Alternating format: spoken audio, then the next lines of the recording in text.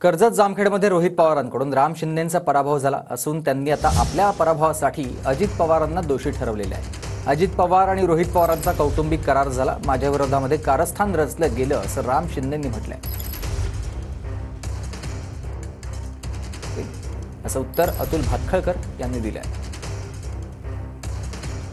निवडणुकीच्या पूर्वीचा हा धागा आहे। मला ही गोष्ट अगोदरच समजलेली होती, परंतु राजकारणात चर्चा असतात, विश्वास ठेवायचा नसतो आणि शेवटी त्यांनी जो काही कौटुंबिक त्यांचा करार झाला की आमदार रोहित पवारांनी बारामतीमध्ये लक्ष द्यायचं नाही आणि अजितदादांनी कर्जत जामखेडमध्ये लक्ष द्यायचं नाही, हा जो करार झाला त्यांचा, आणि हे जे माझ्या विरोधी कट कारस्थान रचलं, आमदार रोहित पवार यांनी स्वतः मतदान केलं नाही, त्याच्या कुटुंबाने मतदान देखील बारामतीमध्ये केलं नाही आणि अजितदादांनी मी वारंवार मागून देखील सभा दिली नाही। हा महायुतीचा वरिष्ठ नेत्यांनी धर्म पाळला नाही ही माझी खात्री झाली।